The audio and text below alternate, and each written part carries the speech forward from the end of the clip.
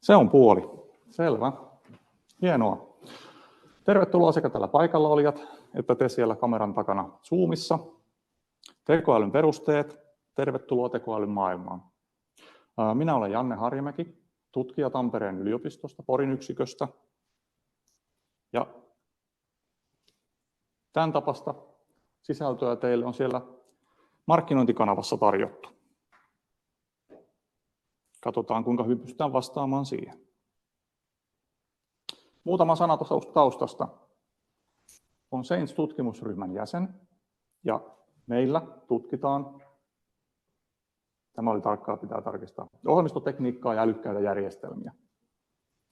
Ja meillä on ollut paljon EU:n EAKR-hankkeita, missä me tehdään sitten yhteistyötä alueen elinkeinoelämän ja yritysten kanssa. Ja sinne suoritetaan sitten erilaisia hankkeita ja kokeiluja. Ja sen lisäksi meidän ryhmän jäsenillä on myös opetustehtäviä. Tällaisetkin luennot voivat tulla matkalla vastaan.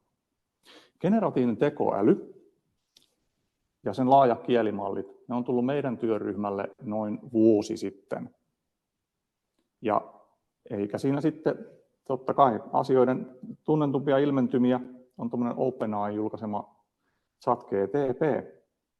Ja sillä on ollut viimeisen vuoden aikana melkoinen hypetila. Ja sen myötä aihe on myös ollut tosi runsaasti esillä.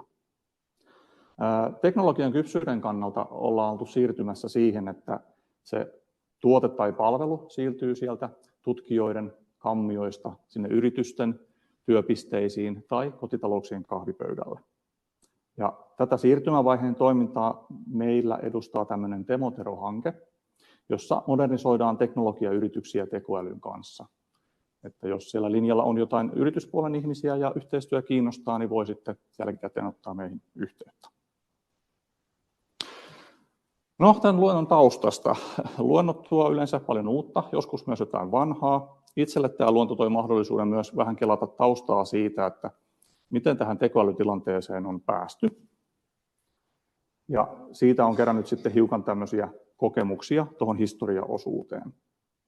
Sitten esityksessä ei ole tarkoitus uppoutua teknisiin termeihin tai syventyä kovin syvällisesti itse prosesseihin, mutta edetään asioissa sellaisten aihe-esimerkkien ja asioiden kautta, joista niin kuin suurimman osan kukin voi tunnistaa ja todentaa. Toki muutama perustermikin matkalla sitten tulee.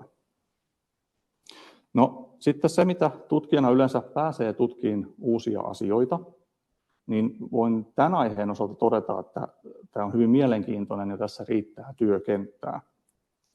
Sitten tuossa nykyhetken osuudessa pitää todeta, että ne on lähinnä maistiaisia siitä kaikesta potentiaalista, mitä tekoäly voi sitten tarjota.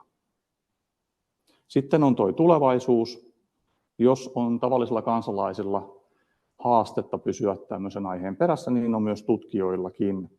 Mutta kolmas osio yrittää hieman tulevaisuuttakin valottaa. Uskon, että teillä siellä kameran takana ja täällä paikan päällä on monia kysymyksiä aiheesta ja voi käydä niin, että esityksen aikana vanhojen kysymysten tilalle syntyy paljon uusia kysymyksiä. Toiveena on, että käytäisiin nämä kysymykset tuolla loppuosassa läpi. Siellä on keskusteluosio. Ja jos mahdollista, niin voitte laittaa kysymykset tuonne chattikanavalle. Kollegani Petri Rantanen toimii täällä esityksen aikana moderaattorina. Ja hän voi tarvittaessa jakaa puheenvuoroja tai kaiuttaa ne kysymykset mulle tänne. Tai mieluummin varmaan niin tehdäänkin, että sieltä chatista niin Petri sitten kysäsee. Ja tallenne on tosiaan päällä ja tallenne tulee sitten sinne Otsoan videopalveluihin varmaan pari viikon päästä tästä luennosta.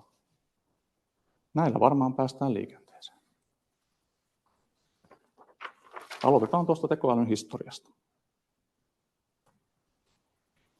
Ja tässä olisi tästä pientä aivojumppaa alkuun, eli kokeillaan, että kuinka moni yleisöstä tunnistaa näitä seuraavia juttuja, mitä kerron, ja jos haluaa, niin voi sinne chattiin laittaa sitten, että kuinka monta on osunut. Aloitetaan tuosta tekstin syötöstä, ja varsinkin tuolla kun oltiin kännykkäaikana, niin olihan se aika alkoi siitä, että ensin kaikki tekstiviestit piti käsin naputtaa. Sitten siihen mukaan tuli tämmöinen ehdottava tekstin syöttö, joka yritti arvailla, mitä ne käyttäjän näppäilyt sitten sanoina tarkoittaa. Mutta kuinkahan minulle mahtoi käydä sitten niin, että tämä ennustava tekstisyöttö oli parempi laittaa pois päältä, jotta niissä viesteissä oli jotain järkeä. Toisena, ajoneuvojen satelliittinavigaattorit, ne vanhanaikaiset ilman webbiä olleet. Kuinka moni muistaa tilanteen, että navigaattori tarjosi hyvän oikoreitin, mutta reitin varrella tie päättyy kesken, että tie onkin suljettu. Tai jos mennään kylään tuttujen luo, niin löydetään itsemme jostain keskeltä peltoa ilman mitään teitä.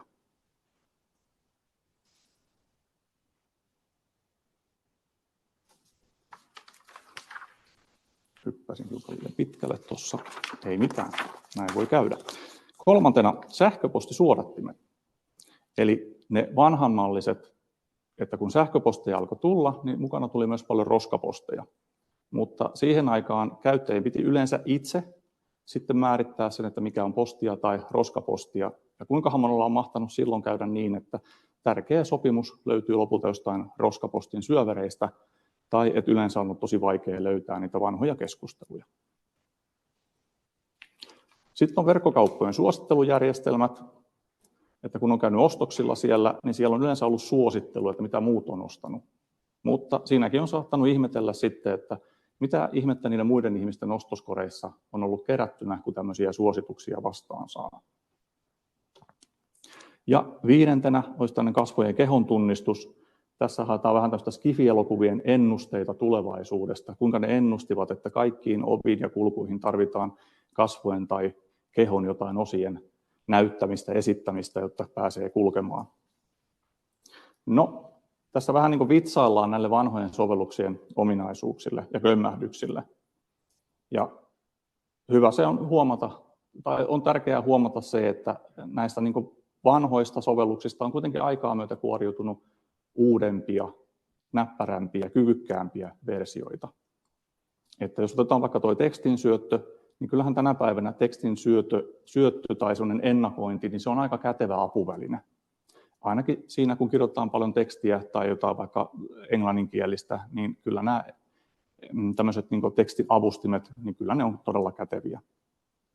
Karttasovelluksissa, liikennetiedoissa, kun saatu netti siihen kytkettyä mukaan, niin se kyllä kertoo liikkuvalle ihmiselle monella tavalla sen, miten pääsee paikasta A paikkaan B. Varsinkin julkinen liikenne on hyötynyt tästä kehityksestä tosi paljon.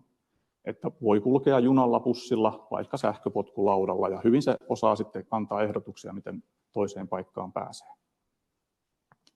Sähköposteissa, viestinnän kasvaessa, myös roskapostit lisääntyy sinne sähköposteihin, mutta suoratusalgoritmit on kehittynyt niin hyvin, että suurin osa siivotaan sieltä roskaposteihin ilman, että sitä tarvitsee käyttäjältä erikseen kysyä.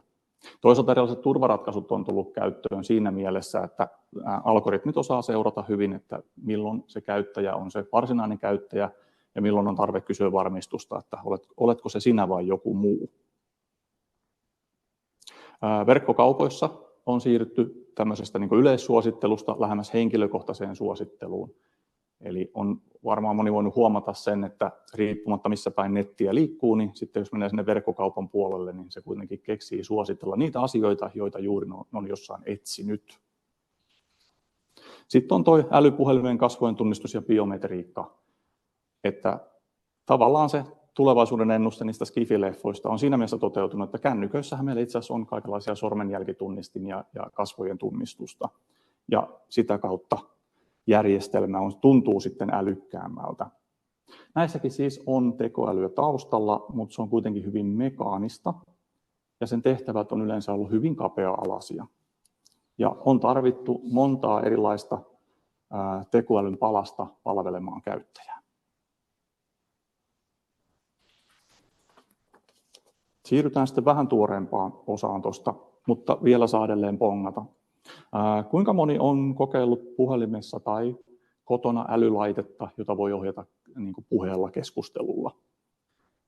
Että tämmöisiä Siriä ja Alexeita, niitä nyt on ollut jo jonkin ajan käytössä, ja niille voi antaa pieniä tehtäviäkin suoritettavaksi. Siis siitä äänimallista tai näytteestä yrittävät sitten poimia niitä kohtia, joiden perusteella ne osaisi jotain tehtäviä suorittaa. Sitten on älykodit ja IoT-laitteet, että Tänä päivänä varmaan aika monen kodissa on ainakin yksi joku älylaite, on sitten valoa, termostaattia tai lukkoa. Ja paljon kodinkoneihin on tullut sitten tämmöinen niin kuin yhteys muihin laitteisiin, että vaikka siinä itse kodinkoneessa sitten olisikaan vielä sitä älyä, niin siinä on kuitenkin tarjottu yhteys johonkin toisen laitteen kanssa toimimiseen, joka voi sitten taas olla älykäs. Ja tarjoaa muun muassa tämmöisen etäohjauksen. Ajoneuvon automatiikasta.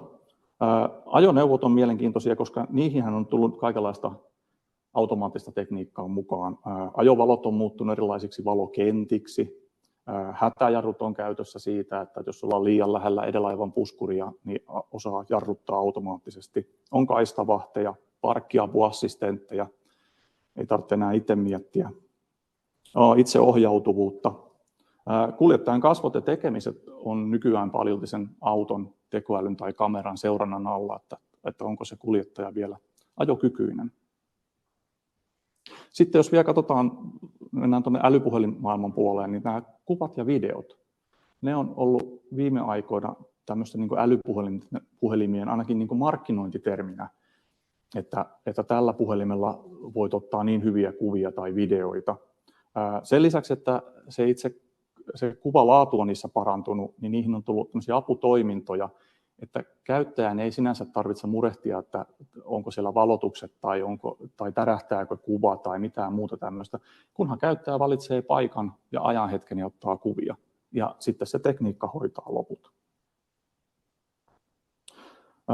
Yleensä mobiililaitteetkin on muuttunut tämmöisiksi niin kuin elämyslaitteiksi ja voidaan todeta, että ihmiset on tullut entistä enemmän näiden niin kuin laitteen ja tekniikan mittausten ja seuraamistoimien kohteiksi.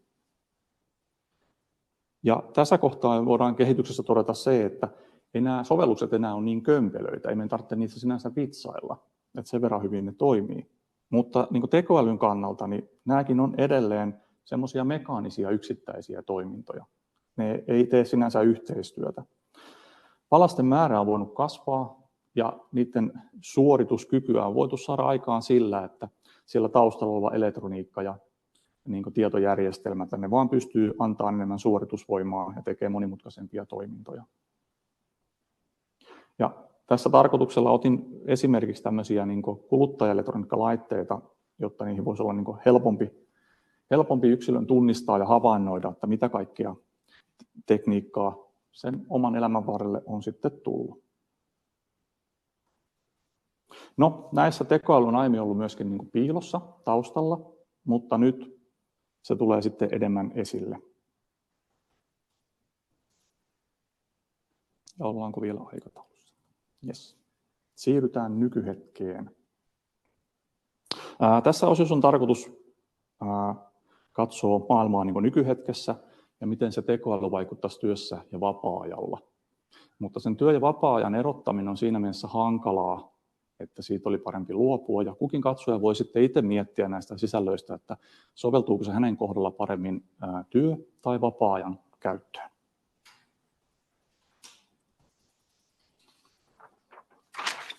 Lähdetään pottiohjelmasta.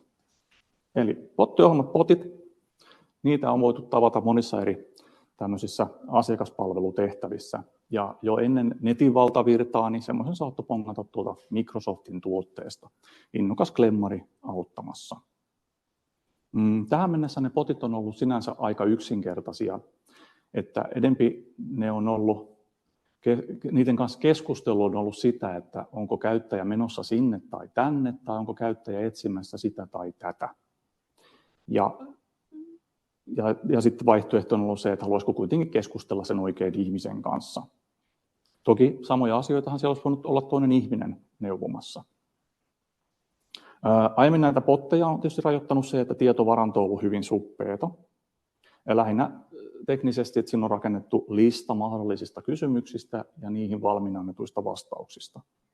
Mutta sellainen ei olisi kovin hyvä apu työtehtävissä. Mutta uudet keskustelurobotit eli chattipotit, ne onkin sitten eri maata. Niiden kommunikointikyky perustuu laajaan kielimalliin. Tämä kielimalli on tulos siitä, että sitä tekoälyä on koulutettu valtavalla määrällä tekstiä. Sen myötä se malli on oppinut kielen rakenteita, merkityksiä ja käyttöyhteyksiä. Toinen osa sitä laajuutta on se, että siihen kielimallin materiaaliin tekstiaineistona on ollut tarjolla niin keskusteluja, kielikäännöksiä kuin luovaa kirjoittamistakin. Varmaan myös jotain urheiluuutisia ynnä muita. Eli tämä laaja kielimalli, tätä voisi ajatella, että tämä on tämmöisen tekoälyn supervoima numero 1. Jos tekoälylle pitäisi antaa toinen supervoima, niin se liittyisi luonnollisen kielen käsittelyyn. Eli tämän avulla tekoäly pystyy analysoimaan sille kirjoitettua tekstiä, jotta se ymmärtää tekstin merkitystä ja kontekstia. Kolmas supervoima liittyy kykyyn luoda uutta. Eli siinä, missä se vanhat tekoälyt, mekaniikat, ne on enemmän pohtinut sitä, että onko heille esitetty asia jotain sitä, mitä ne on ennenkin nähnyt vai ei, niin tällä uudella tekoälyllä on kyky generoida uutta. Ja uusi on nimenomaan opitun kaltaisia asioita.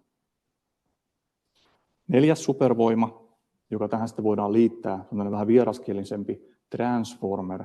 Ja sen tehtävä on tukea sitä kielen käsittelyä niin, että uuden luomista voidaan suorittaa isompina kokonaisuuksina. Lopputulemana tästä saadaan aikaan chattipotti, joka tuntuu tietävän kaikenlaista, eikä se jää jumiin jutustelussa. Ehkä toimii paremmin jopa tämmöinen kuin luennon puhuja. Kun tähän sitten yhdistetään vielä sinne chatbottiin tai siihen palveluun liitettyä muistia, eli ne aiemmat keskustelut, niin sen kautta tämä chattipotti ja käyttäjä saa sellaisen yhteyden, missä tuntuu, että tähän keskustelusta syntyy tämmöistä jatkuvaa dialogia, luonnollista keskustelua. Ja sehän niiden palvelujen tarkoituskin tietysti on ollut. Ja miten tämmöistä palvelua sitten pääsee käyttämään? Niin on ainakin OpenAIn tuottama ChatGTP, josta tämä luontokin oli aiheesta pyydetty. Muitakin vaihtoehtoja toki on, mutta ainakin viime aikoina vielä ChatGTP on ollut se tuote tai palvelu, johon näitä muita on verrattu. Tietysti mikään ei ole ikuista ja siellä on merkittäviä haastajia nousussa. ChatGTP:stä löytyy useita kehitysversioita. Ehkä enempi esillä on ollut tämmöinen maksuton versio, puhutaan versio 3.5, joka sopii yleiskeskusteluun, ja sitten on tarjolla plus-versio tai versio 4, jota sitten mainostetaan enemmän tämmöiseksi yleiskäyttöiseksi moniapuriksi, vaikka sinne yrityskäyttöön.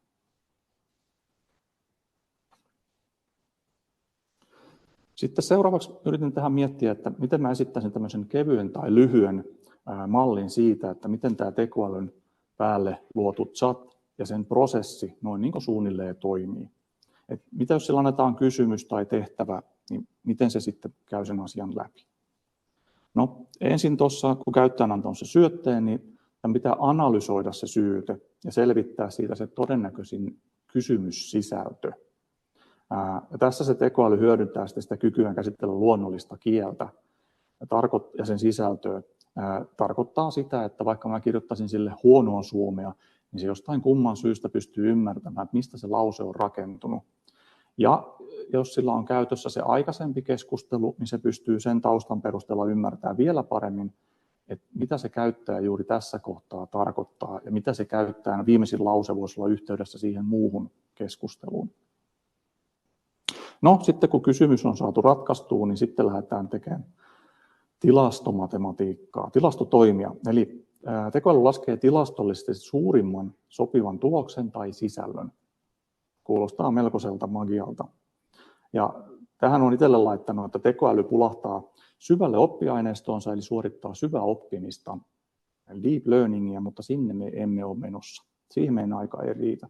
Todetaan vaan, että lopputuloksena voisi olla sanallinen vaste, ja siitä se vasteen se tekoäly rakentaa ihan sana sanalta. Ja tämä valmis vaste nyt sitten koostuu sanoista, rakenteesta, ja eikä siinä vielä kaikki. Se voidaan vielä myllyttää tai käsitellä jälkikäteen vaikka sopivaan puhetyyliin sopivasti muotoiluksi. Ja tässäkin hyödynnetään sitä luonnollisen kielen prosessointia. Ja lopuksi se vasta annetaan sitten käyttäjälle. Aika paljon toimintoja, tosi lyhyessä ajassa. Voisin sanoa, että ChatGPT olisi vastannut tässä ajassa jo paljon, kun mä yritän vasta selittää, että miten se prosessi toimii. Mutta niinhän se nopeus on tarkoituskin. Ei se palveluihmisiä kiinnostaisi, jos siinä olisi pitkät viiveet. Jos me haluttaisiin tästä aiheesta kattavampi, laajempi vastaus, niin tuossa alhaalta löytyy pari linkkiä. Siellä on herrat Wolfram ja Harry Kines, jotka on selittänyt tätä toimintaa paljon laajemmin ja teknisemmin. Ja sitten meidän lisämateriaalista löytyy myös ChatGPT:n antama vastaus, miten hän näkee oman toimintansa käsittelyn. No joo, prosessi on hieno, mutta jos se annettu tietosisältö olisikin ollut vaan se sama suppea lista niistä kysymysvastauksista, niin ei tämä chattipotti kovin tehokkaalta vaikuttaisi. Mutta kun sinne onkin kaadettu lähes koko internetti tai maailman tietosisältö, niin silloin se chatti tietää, sillä on paljon aineistoa käytössä ja se voi alkaa vastaillakin lähes mitä tahansa.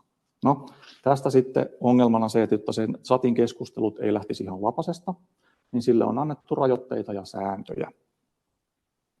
Se ei muun muassa saisi tuottaa vahingollista sisältöä, sen kuuluu välttää henkilötietoja, vasteiden pitäisi olla neutraaleja, eikä se saa kopioida suojattua materiaalia. Tuo viimeinen kohta on siinä mielessä mielenkiintoinen, että luin tuon OpenAIn kuvauksen siitä, että kun tekstejä tai muuta sisältöä tuotetaan, niin he kyllä takaa, että se on opitun kaltaista, se ei ole kopioitua.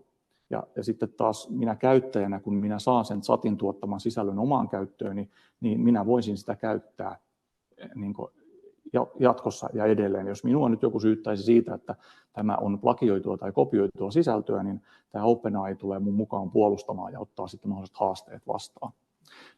Näin olen ymmärtänyt asian, että he on niin varmoja siitä, että mitään kopioitua tuotetta se ei tee tai että ei riko tekijänoikeutta, joten he pystyvät ottaa sitten mahdolliset syytökset vastaan. No toinen juttu sitten tuosta, että miten tuo tekoäly näkee maailman. Käytännössähän se tieto heijastaa aina sen tiedon antajan maailmankuvaa. Ja tässä tekoälyn haltija voi päättää, miltä se tekoälymaailma näyttää. Käytännössä kai varmaan taustalla on ollut se, että kun nettiäkin alettiin kaataa sinne tekoälyn aineistomateriaaleihin, niin nämä tekijät huomasivat, että maailma on tosi surkea paikka, tosi pimeä paikka. Siellä on hirveitä kauheuksia asioita, joita tuskin kukaan haluaisi tietää. Joten he joutuivat tekemään valikointia siitä, että mitä tänne aineistoon sitten lopulta syötetään. Mutta se valikointi on tietysti mielenkiintoinen asia, että mihin se lopulta päättyy. Voimmeko me luottaa siihen, että jos joku toinen meidän puolestamme valikoi ne aineistot, niin saammeko me siitä sitten sen oikeanlaisen maailmankuvan.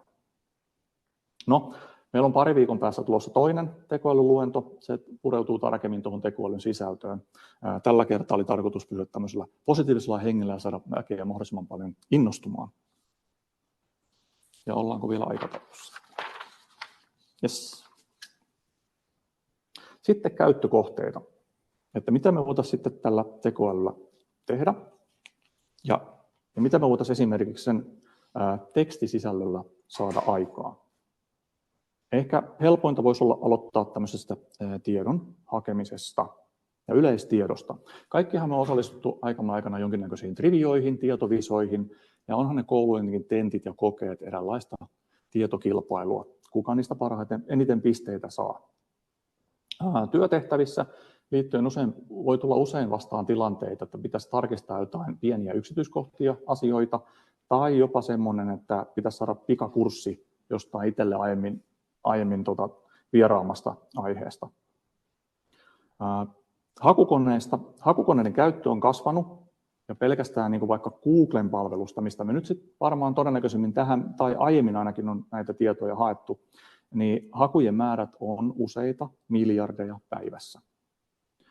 Hakukoneen sekä tekoälyn käytössä molemmilla on valtava määrä tätä aineistoa ja kirjallisuutta. On se sitten historiaa, tiedettä, teknologiaa tai kulttuuria.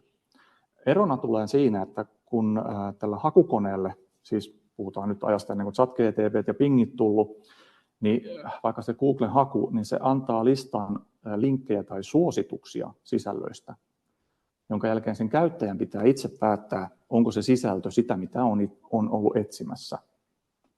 Sen sijaan tämmöisen ChatGPT:n kanssa voi lähteä yhteiselle tiedonhaun matkalle, ja siinä matkan aikana voi keskustella siitä, että mitä lopulta ollaan etsimässä. Ja näitäkin matkalaisia on todella paljon, sillä jo niin kuin vuosi sitten Yle uutisoitti, että aktiivisia käyttäjiä olisi jo yli 100 miljoonaa. Emme ole matkalla yksin. Sitten on vähän vinkkiä siitä, että miten rakennetaan tämmöinen kysymys ChatGPT:lle tai tekoälylle. Tiivistin tähän niin, että siinä kannattaisi olla kaksi tämmöistä asiaa kuin tausta ja tarkoitus. Taustatus on siitä, että mitä tietoa ollaan etsimässä. Ja taustatus on se, että mihin tietoa ollaan etsimässä, ja tarkoitus siitä, että mitä. Näiden lisäksi voidaan tietysti antaa myös muita tarkentavia ohjeita, ja näitä tietoja ei tarvita siksi, että me ikään kuin pyydettäisiin siltä tekoälyltä lupaa tai oikeutusta näiden asioiden kysymiseen, vaan ne todellakin auttaa sitä tekoälyä ymmärtämään, että miten se voisi parhaiten palvella käyttäjää. Ja kysymysten laadinta, kun sitä lähtee netistä vähän katsomaan, että miten muut näkevät, miten kysymyksiä tulisi laatia, niin huomaa, että se on melkoinen taitolaji. Ja siinä kehittyy parhaiten harjoittelemalla, rohkeasti vaan kokeilemaan. Kysyttäviä asioita, niitä voi yhdistellä jopa mielivaltaisella tavalla, ja sitä myöten myös tuloksetkin voi olla aika erikoisia. Toki tuon tekoälyn tietämyksen sääntöihin pitää lisätä tämmöinen rajoitus kuin ajantasaisuus. Eli tekoälyltä ei kannata kysyä pussin tarkkaa aikataulua. Siihen pussiin ei kerkiä. Se voi kyllä kertoa, miten sen aikataulun voi etsiä. Se voi neuvoa löytämään oikein palvelun tuottajan, mutta tällä hetkellä nämä varsinaiset tai nämä vanhat perinteiset hakukoneet on kyllä näissä aikataulussa vielä parempia. Käytännön esimerkkiä siitä, miten se tekoäly käsittelee tekstiä ja miksi se on niin hyvä siitä, voitaisiin lähestyä tämmöisen tiivistelmäesimerkin kautta. Eli me annettaisiin sille tekoälylle lähteenä jotain tekstiä, ja tehtävänä sillä olisi puristaa se teksti aiempaa tiiviimpään muotoon tai sanoitukseen. Se on melko vaikuttava työsuorite. Itse muistan sen siitä, että kun noin vuosi sitten tähän ChatGPT:hen pääsin tutustumaan, niin ensimmäiset tehtävät liittyi siihen, että piti kokeeksi tiivistää tekstejä. Ja mietin sitten, että minkäköhän takia ne tehtävät näin valittiin, mutta jäin tässä nyt miettimään, että se voi olla kohtuullisen helppo meille ihmisille niin kuin ymmärtää ja arvioida sitä tulosta, koska mekin tehdään arjessa paljon erilaisten asioiden ja tekstien tiivistelmiä, kun me kerrotaan toisille vaikka asioita. Ja sitä kautta meillä on sitten syntynyt paljon opittua käytännön kokemusta siitä, että miten erilaisia asioita ja sisältöjä tiivistetään.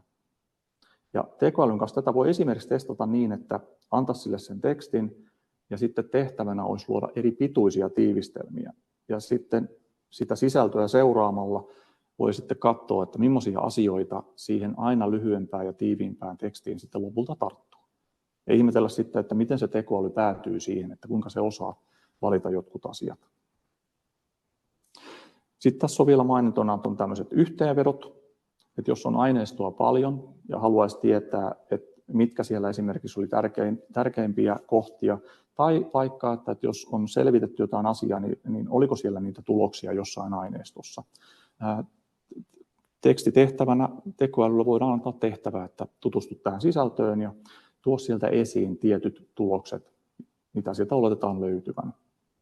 Myös voi tehdä täsmähaun, jossa halutaan varmistaa, tarkistaa, että onko joku aineisto mukana sisällössä ja millä tavalla se on esitetty.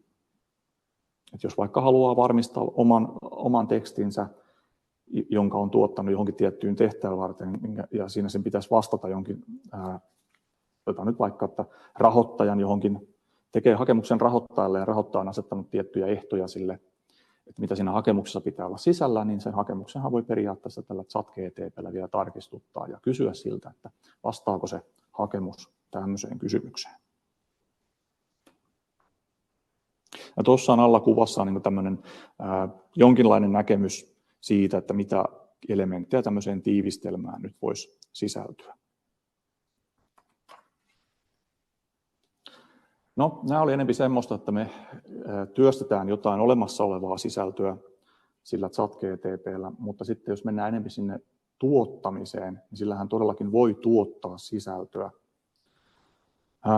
No toki tästä meidän sanallisen tiedon hausta ja muusta nämäkin on sisällön tuottamista, mutta se on oikeasti vielä paljon enemmän. Tämä tekoälyn moottorina tuoma kielimalli, sehän tekee siitä varsinaisen sanataiturin niin lyhyissä kuin pidemmissä teksteissä. Ja tälle tekoälylle voidaan antaa tehtäväksi kertoa sisältö myös tietyllä tavalla. Sanamuoto voi olla vaikka käskevää, myyvää, vetoavaa, periaatteessa mitä tahansa. Tekoäly tuottaa just niin laadukasta proosaa kuin mitä me siltä halutaan. Ja mielenkiintoista on myös se, että me voidaan määrittää sille tekoälylle tiettyjä rooleja. Että jos vaikka itseään ei tunne kovin myyntihenkiseksi, tietää kyllä mitä haluaisi myydä, mutta ei tiedä miten se myyntimies asiat sanottaisi, niin voi sen oman materiaalinsa antaa sille ChatGPT:lle sanoa, että esitä tämän myyntimiehen puhetyylillä. Ja sitten se näyttää mallin siitä, miten se teksti tässä muodossa esitettäisiin. Tässä kohtaa piti myös paljastaa se, että myös tämä luento, yllätys, tätä on laadittu ja suunniteltu yhdessä ChatGPT:n kanssa. Ja sen kautta on mahdollistunut sekä erilaisten tietojen haku että sisältöjen tuottaminen. Toki, kuten huomaatte, tämä ei ole niin sujuvaa tekstiä, että tämä olisi varmaankaan tekoälyn tekemää, että vielä on ihmisen tekemää, mutta keskustelu on hyvin mielenkiintoista. No, tekstin ymmärtäminen ja sen tuottaminen, se avaa sille tekoälylle sitten myös uusia mahdollisuuksia. Vastaavasti, miten luku- tai kirjoitustaito on sivistänyt meitä, niin kielimalli toimii tässä tekstin tuottamisessa, mutta sitten päästään vastaavasti kuvamalleihin, ja kuvamallien myöntä siitä tekoälystä tulee tämmöinen graafinen taiteilija. Mitä paremmin käyttäjä osaa selittää sen kuvitustarpeensa tai sisällön sille tekoälylle, sen paremmat mahdollisuudet on saada sen tekoäly luomaan halutunlaista sisältöä. Et jos vaikka haluaisi tämmöisen digitalisoidun omenan, no tietysti suoraan se ChatGPT itse, kun se on tämmöinen tekstichatti, niin se ei ole se kuvataiteilija, mutta ainakin tässä GTP4-versiossa siihen on liitetty DALL-e, kuvamalli, ja DALL-e taas sitten osaa tuottaa vaikka millaisia kuvia. Eli siinä käytännössä käyttäjä selittää ensin tarpeensa sille ChatGPT:lle, jonka jälkeen se ChatGPT kirjoittaa siitä ohjeet sille DALLelle, että mitä siinä kuvassa oikeastaan pitäisi olla, ja DALL sitten taiteilee. Ja lopputuloksena voi saada tosiaan vaikka tämmöisen oudon omenan. Sitten jos otetaan mukaan myös muut tekoälysovellukset, niin voidaan esimerkiksi sanoa, että asia voidaan kääntää toisin päin. Että jos me annetaan tekoälysovellukselle kuva, niin me voimme kysyä, että mitä asioita tässä kuvassa on. Ja ne on yllättävän hienosti, se voi analysoida sen kuvan tekstiksi, että mitä se kuva kuvaa. Kuvan luonnista on edetty sitten animaatioihin ja videoihin. Ja videon kaveriksi tietysti tarvitaan ääntä, myös se onnistuu. Eli kun tekoäly on annettu ääninäytteitä, niiden perusteella se pystyy luomaan äänimallin. Ja taas tähän äänimalliin niin me voidaan antaa se lausuttava teksti, jonka se sitten muuttaa sanoiksi, ja siihen voidaan lisätä myös erilaisia ohjeita, millaista äänen sävyä tai tunneilmaisua se äänen pitäisi sisältää. Samoin soittimia tai muita äänilähteitä sisältäviä äänimalleja niin voidaan käyttää luomaan vaikka taustamusiikkia. Ja siinäkin käyttäjä voi määrittää vaikka erilaisia äänimaisemia. Että tähänkin esitykseen olisi periaatteessa voinut luoda tämmöiset elokuvamaiset ääniraidat. Ja tietysti sitten äänen kanssa voidaan toimia toisinpäin, että ääni voidaan analysoida tekstiksi. Että esimerkiksi ChatGPT:tä voi niin kuin mobiilissa, niin sen syötteen voi antaa ihan puhumalla tai lausumalla. Ja se osaa sen siitä ensin kääntää siihen jonkinlaisen perustekstiin, josta sitten taas se hieno luonnollisen kielen ymmärrys auttaa sitä tekoälyä vielä paremmin ymmärtää, että mitä siltä on kysytty, ja siitä se pääsee taas sitä tehtävänsä täyttämään.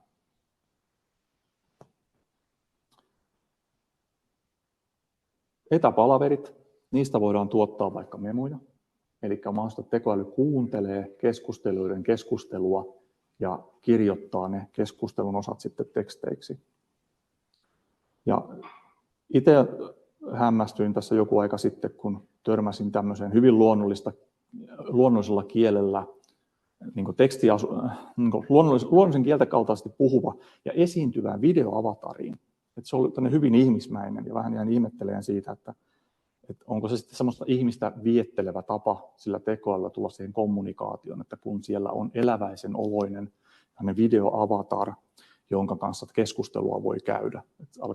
Hämärtääkö se ihmisten kykyä sitten nähdä eroa siitä, että milloin se on aito ihminen ja milloin se on tämmöinen tekoäly. Ja toki vielä tekniikka on siinä, että se ei ole ihan niin nopeita sen vasteet, mutta kyllä siltäkin kuitenkin vastauksia saa. Ja aikataulussa ollaan vielä. Yes. Täytyy aina välillä miettiä, että jos on lähtenyt harhailemaan ajatuksessa ja puheissansa. No sitten tuonne tekoälyn näitä käyttäjäryhmiä, niin yksi suuri käyttäjäryhmä on ohjelmistotuotanto. Ja ohjelmistotuotannon ihmisiä tietysti kiinnostaa sen ohjelmakoodin tuottaminen. Eli kun tekoälylle annetaan erilaisia koodimalleja, niin se osaa yhtä lailla kuin uusia tekstejä, niin se pystyy luomaan myös koodia ja ohjelmistoa. Ja tämmöisellä ohjelmistolla voidaan luoda vaikka matopeli. Löytyy muuten sieltä lisämateriaalista. Tai kotisivut nettiin. Esimerkit tietysti tässä kohtaa on tässä pienimuotoista tuotantoa, mutta ne kyllä todistaa sen, että tekoäly voi luoda koodia, josta saadaan aikaan niitä isompia kokonaisuuksia. Sitten jos käännetään asia toisinpäin, niin koodia voidaan myös analysoida ja tehdä tarkistuksia siitä, että onko sinne jäänyt virheitä tai onko se vaikka laadullisesti tai eettisesti sopivalla tavalla tehtyä. Ja tämä tuo sitten merkittävää apua koodin tekijälle tai testaajalle. Sitten on viimeisenä tässä osiossa vielä tämmöiset tehtävät. Eli periaatteessa tekoäly voidaan valtuuttaa suorittamaan myös erilaisia toimia, että kunhan niihin pystytään määrittämään, että milloin se alkaa päättää ja mitä sitä lopputulemasta halutaan.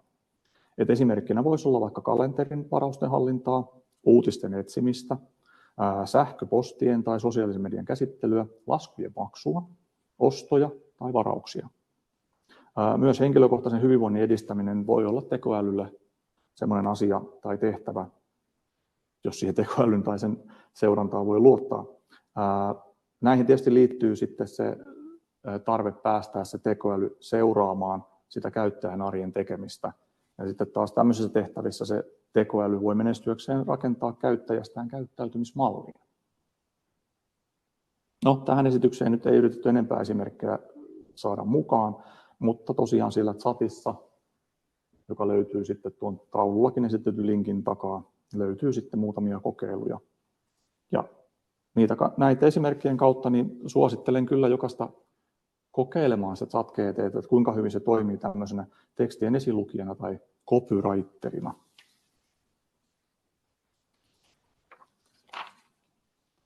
Sitten olisi vielä tämmöinen toistuvista tehtävistä luoviin ratkaisuihin. Eli kun tuossa edellä oli tarkoitus se, että me tavallaan käyttäjänä annettiin se tehtävä ja tekoäly on meidän apuri.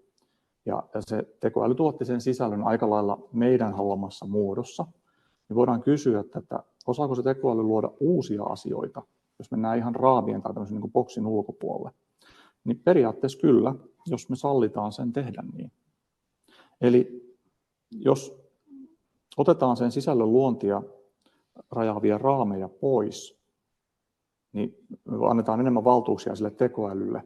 Mutta se ei välttämättä ole kovin helppo tehtävä, koska sitten taas sen tekoälylle kerätty aineisto, niin se voi sisältää taas jonkinnäköisiä sisäänrakennettuja raameja tai reunaehtoja. Mutta että tekstimuotoinen sisältökin ChatGPT:n kanssa voi olla yllättävän monipuolista. No sitten, että voiko tekoäly päihittää ihmiset luovuudessa? No, tässä oli viikko sitten Ylen Uutisaamussa oli keskustelua siitä, kuinka ChatGPT oli voittanut 100-päisen ihmisjoukon luovuustestissä. En ota nyt kantaa siihen, että miten se testin yksityiskohdat oli tehty, mutta ainakin itse sai miettimään siinä, että kuinka tehokas se tekoäly oikeastaan onkaan vaikka tämmöisissä mitä-jos-tilanteissa.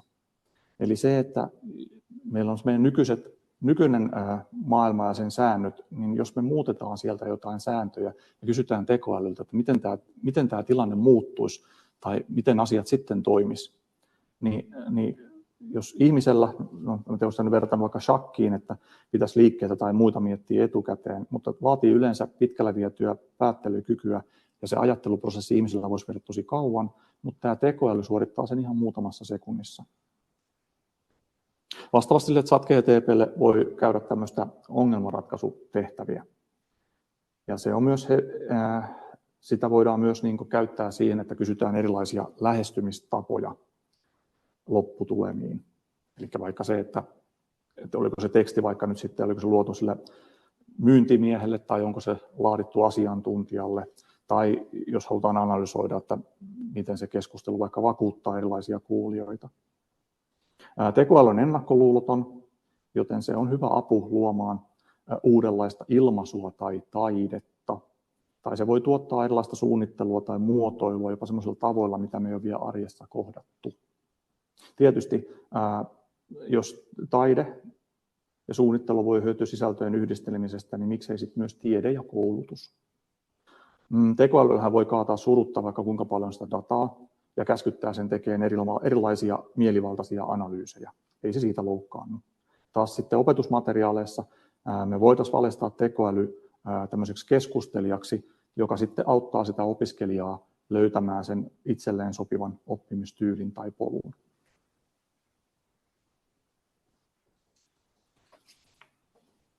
Näin oli maistiaisia siitä nykyhetkestä ja sitten seuraavaksi oltaisiin menossa hieman sinne tulevaisuuteen. Aikataulu on kunnossa, yes. No, tekoälyn kohdalta voisi mainita se, että tulevaisuus ei ole vuosia, se on kuukausia tai viikkoja. Että sen verran nopeasta kehityksestä ollaan puhumassa. Ja vaikka tulevaisuustutkimus nyt ei olekaan sitä ominta ydinalaa, niin tähän on muutamia ajatuksia koottu tekoälyn tulevaisuudesta tämmöisen 3 aikajakson muodossa.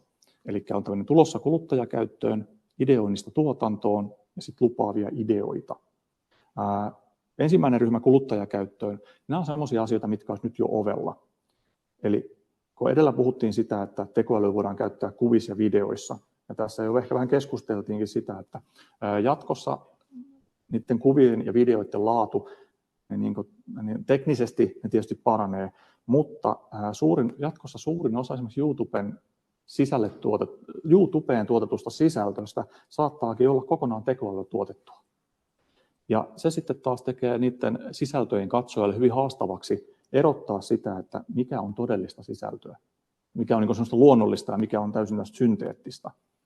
Ja jos tuolla oli tämmöinen radiokuunnelma, missä oli tämmöinen maailmojen sota, joka sitten sai ihmiset hätääntymään ja hämmentymään siitä, että onko tämä todellinen tilanne, vaikka kyseessä oli ihan fiktio, niin voi olla, että tässä vaikka videosisällössä me tullaan törmäämään tilanteeseen, että osa ihmistä saattaa kokea sitten hätää ja hämmennystä siitä, että on olemassa videosisältöjä, jotka vaikuttaa tosi aidoilta, mutta ne on täysin synteettisiä.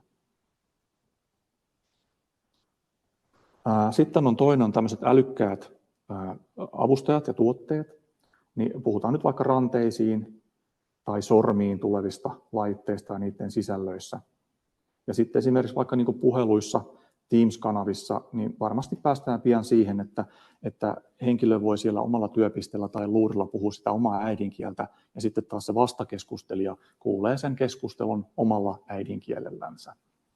Tällaisiakin oli jo tuolla muutamia. Voi käydä vaikka videopuhelun. Sitten nämä, mitkä olisi siirtymässä ideoinnista tuotantoon ja käytännön kokeiluihin. Otetaan tuo autonominen liikkuminen. Niin olette varmaan huomannut tuolla kaupungin kadulla myös Porissa, Raumalla jo aiemmin, tämmöisiä pieniä kuumönkijöitä, jotka kiikuttaa ostoksia kaupasta ihmisille. No, ne edustaa niin kuin varmasti kaupan toimen alalta tämmöistä käytännön kokeilua, että kuinka hyvin ne toimii, mutta tässä voi todeta, että mitä pienet edellä, sitä isot kohta perässä. Eli kyllä varmasti taksit ja bussit yrittää kohta samaa. Ja tässä kohtaa niin ei meidän kannata unohtaa robotteja ja tämmöistä suurta julkista Elon Muskia, jonka uudet humanoidirobotit nimeltään Optimukset ja sen kopiokaverit.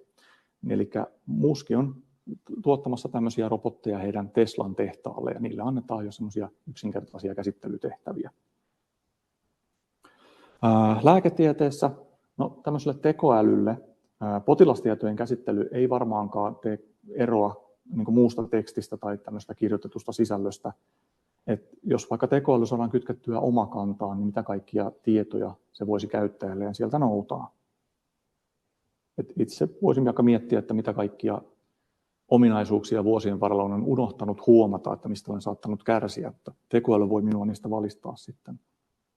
Samoin esimerkiksi vaikka kuvantamisessa, jotka on jossain kuvantamistoimissa käynyt, niin muistaa sen, että ei siellä varsinaisessa kuvantamisessa kovin kauaa kestä. Mennään odotushuoneeseen, tulee kutsu käydä siellä teknisessä huoneessa, otetaan kuva ja sitten sen jälkeen odottamaan sen kuvantamisen tuloksia.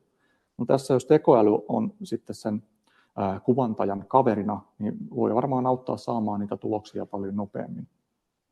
Tai sitten se voi johtaa siihen, että meistä saatetaan alkaa ottaa niitä kuvia paljon useammin, koska se työ on sitten nopeampaa. Sitten on vielä kolmas ryhmä, lupaavia ideoita ja niiden joukkoa, niin tänne on valittu tämmöiset kuin tekoälypohjainen koulutus ja yleinen tekoäly. No, tämä ensimmäinen on mukana muun muassa meidän tutkimusryhmällä, meidän arjessa, eli me jo kokeillaan sitä, että voidaan me hyödyntää ChatGPT:tä niin kuin mukana kurssissa opastamassa opiskelijoita ja neuvomassa heitä. Tietysti eri kokoluokkaa olisi sitten se, että jos me luodaan kokonaan tekoälyn vetämä kurssi, missä sitten opettajat olisivat enemmän siellä taustalla ohjaamassa sitä tekoälyä. Sitten oli tämä yleinen tekoäly, eli tässä on nyt ero siinä, kun edellä puhuttiin generatiivisesta, eli tämmöisestä luovasta tekoälystä, niin tämä on sitten taas tämmöinen yleistekoäly, niin sitä povataan, että se on sitten seuraava versio tästä nykyisestä ChatGPT:stä, joka nyt sitten oletetaan, että se pärjää jo ihmisen veroin tai ihmistä paremmin. Eli tämmöistä agi-kaveria sitten odotellessa.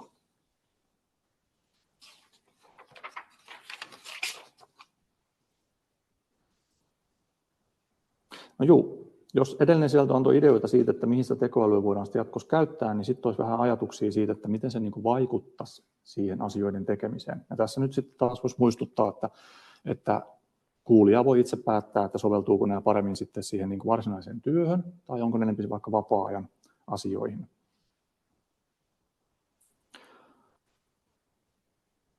Sisällön tuottamiseen liittyvää vaivaa ja työmäärää voidaan siirtää sille ChatGPT:lle ja sen kautta keventää sitä omaa työmäärää. Et esimerkiksi vaikka tekstin laadinta, jos me on aikaisemmin yritetty itse sitä koko tekstiä suunnitella ja laatia, niin jatkossa voisi olla niin, että me kerromme sen tarpeemme ja siihen liittyvät niin kuin sisältöohjeet tälle tekoälylle, ja se luonnostelee meille sitten sen sisällön sopivasta tekstistä.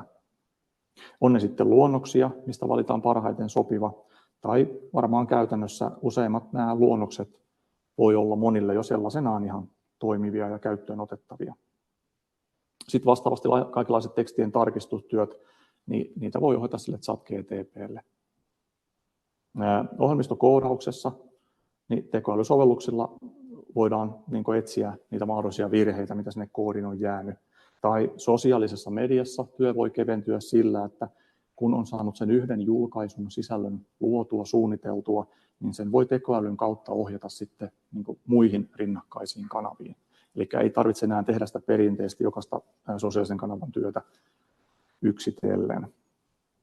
Eli työ voi keventyä, jos tavoitteena on se, että saadaan se yksittäinen asia valmiiksi helpommin tai nopeammin, mutta kuitenkin se meidän tavoiteltujen asioiden määrä pysyy samana.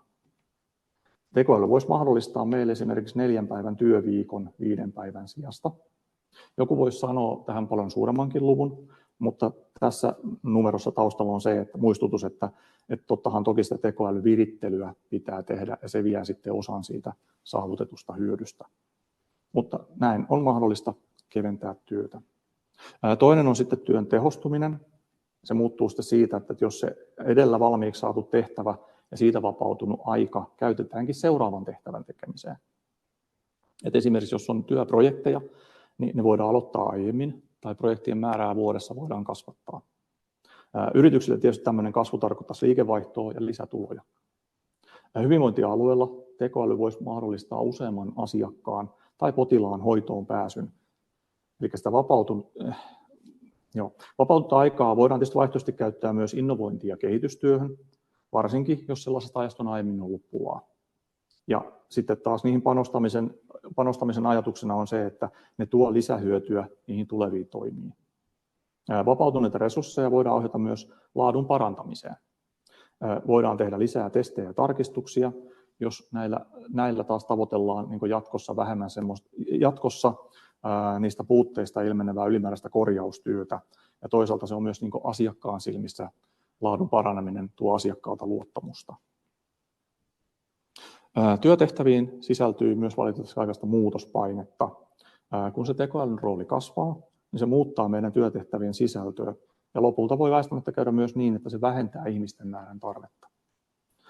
Jos sen suunnittelijan varsinaisen työn ohessa on ollut paljon erilaisia aputehtäviä ja niitä siirretään sille tekoälylle, niin silloin tietysti suunnittelijan työkuvaan tulee uudenlaista aputyötä tai tämmöistä niin kuin tekoälyohjausta. Eli se oma varsinainen ydinosaaminen niin sen rinnalla ollut tämmöinen aputyöosaaminen muuttuukin tekoälyosaamiseksi. Ja sitten taas tämä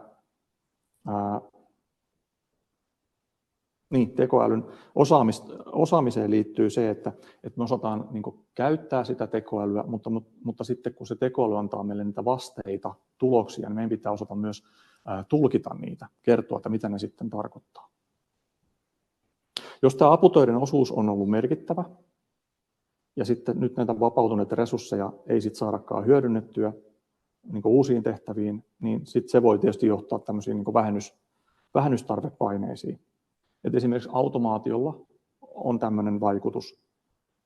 Ja tässä nyt ehkä voisi sitten tsempata, jos joku pelästyy, että tekoäly tulee ja vie ne työt sitten, niin sen sijaan, että yrittää kieltää ja aloittamatta sitä tekoälyä käyttöön, niin kannattaa mieluummin yrittää tunnistaa sieltä omasta ympäristöstään semmoisia tehtäviä, mitä voi pienissä sopivissa määrissä siirtää sille tekoälylle ja niin kuin pienemmissä erissä sitten keventää tai tehostaa sitä omaa työtä, kuin että odottaa sinne ihan viimeiseen hetkeen, milloin tulee se iso pakko ja iso muutos. Ja silloin se tehdään sitten tämmöisenä kertarysäyksenä. No, tämän sisällön osalta mulla ja chatilla oli kyllä vähän erilaisia näkemyksiä ja lähestymistapoja näistä tuloksista. Mä ehkä yritin saada tämmöistä yksinkertaista ja suoraviivasta muutaman pointin tiivistä pakettia, kun sitten taas ChatGPT:llä oli paljon tämmöiset laajemmat näkemykset asiasta.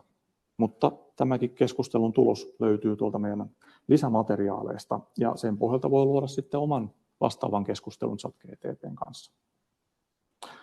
Yleisnäkymänä tai tuntumana voisi sanoa, että me ollaan tekoälyssä nyt kuitenkin vielä enemmän semmoisessa innostuneessa ja käyttöönoton ja kokeilujen vaiheessa, kuin että se olisi meillä vielä niin kuin vakavasti siinä arjen työssä mukana. Tekoälyn osaamisen merkitys toki kasvaa, ja jatkossa se tulee olemaan esimerkiksi työntekijöille uusi kilpailutekijä. Sitten taas toisaalta niin kuin peruspalvelu, jos me nyt käytetään palveluja, missä tekoäly on mukana, niin niissä nyt ei tietysti odota, että käyttäjien pitäisi osata sen paremmin palvelua käyttää. Siellä se tekoäly on vaan sinne palvelun taustalle rakennettuna. Harrastus tai vapaa-aika voi saada paljon lisää rikkautta tämmöisestä tekoälyn tuomasta sisällöstä. Ja tästä voi myös syntyä uutta sosiaalista pääomaa. Eli ne, jotka omaa tämmöisiä taitoja, niin niille löytyy paikkaa ja tarvetta erilaisissa yhteisöissä.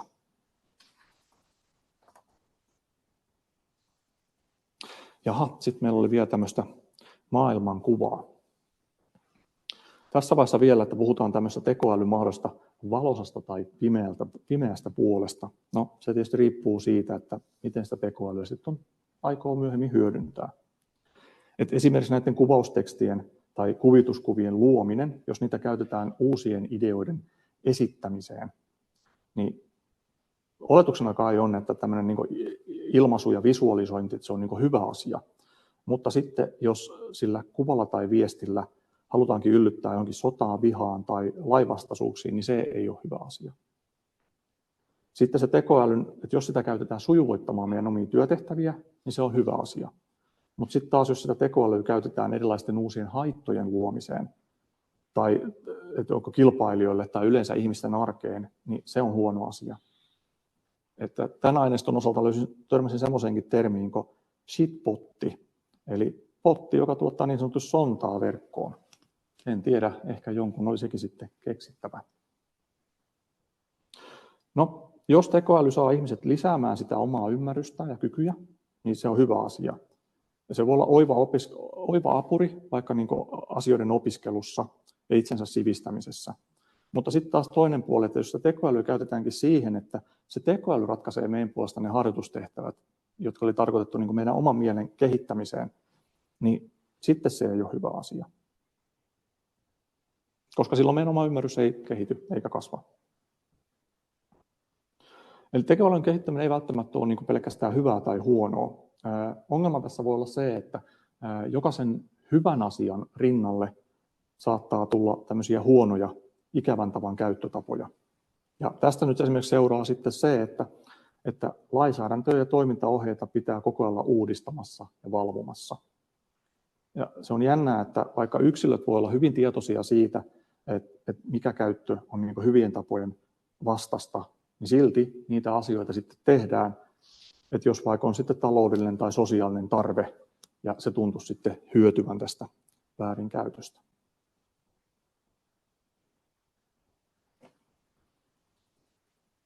Nyt olen kovasti tässä vaiheessa puhunut, ja olemmeko suunnilleen vielä aikataulussa? Kyllä olemme. Elikkä nyt olisi tarkoitus siirtää sitten osallistujien vuoro olla äänessä, ja tässä voi tehdä myös sellaisen lyhyen verryttelyn jaloille siellä ruudun äärellä, että tässä on tunti äkkiä sujunut. Kysymysten käsittelystä, ne jotka tuossa aikaisemmin linjalla oli, niin kuin mainitsinkin, niin voitte esittää kysymyksiä, jakaa näkemyksiä. Ja sieltä, no mä mietin, tuossa olisi puheenvuoro, mutta itse asiassa me päädyttiin siihen chattiversioon, että jos sieltä chatin kautta tulee sitten kysymyksiä. Näkeekö Petri, onko sinne tähän mennessä vielä tullut? Ei ole vielä tullut. Selvä, eli nyt on sitten se aika, kun kannattaa aktivoida se chatti ja alkaa sitten nakkaamaan sieltä kysymyksiä, että miten tässä luennossa, että saiko luennosta vastauksia pohdintoihin tai herättikö se uusia kysymyksiä tai onko vaikka ihan eri mieltä jostain asiasta. Ja tähän kohtaan oli tarkoitus myös ottaa tuo ChatGPT mukaan. Voidaan kysellä siltä ja voidaan sitten vaikka verrata, että miten tuo luennoitsija ja ChatGPT:n näkemykset sitten eroavat. Mä olen antanut tuolle chatille tämän vastaavan niin sanotun käsikirjoituksen, mitä mä tässä yritin itse jollain tavalla seurata ja pyytänyt, että chatti sitten perustaa sen vastaukset tähän niin kuin luentosisältöön, plus että saa käyttää sitä muuta tietoa, mitä sillä on käytössä. Ja voin tuossa vielä sitten, tässä onkin linkkinä tämä avoin satakunta.fi, Otsolan luennot, ja voisin tuosta vielä näyttää, että kun tämän sivun täältä löydätte, niin täältä löytyy tämä itse luennon esitysmateriaali. Voin tehdä vielä siihen vähän päivityksiä, ja sitten on muutamia näytteitä chatin kanssa käydyistä keskusteluista. Täällä on esimerkiksi tämmöinen tiivistelmätehtävä. Olisin halunnut esittää teille tiivistelmän 7 veljeksen tuosta kirjasta, mutta jostain syystä siinä oli sellainen tekijäoikeusasia, että en voinut se tuonne chatille kopioida. Löysin tilalle Porin historiikin. Voi sitä käydä kokeilemaan katsomassa sieltä, miten Porin historiikkia on tiivistelty. Sitten tuossa on mallina tuosta tekstin tuottamista, että jos joku haluaa vaikka alkaa lapsenlapsille uudenlaisia iltasatuja suunnittelemaan, niin voihan siihenkin ottaa vaikka ChatGPT:n avuksi, että kertoo vaan sille, että mistä asioista sen tarinan tai sadun pitäisi koostua, ja kyllä se ChatGPT niistä sitten sellaisia luo. Yksi kysymys on ilmestynyt tänne. Selvä, lähdetään liikkeelle. Mä epäilen, että sä et ole lakitieteen tuntija, niin haluatko sä kysyä tämän tekoälyltä? Selvä.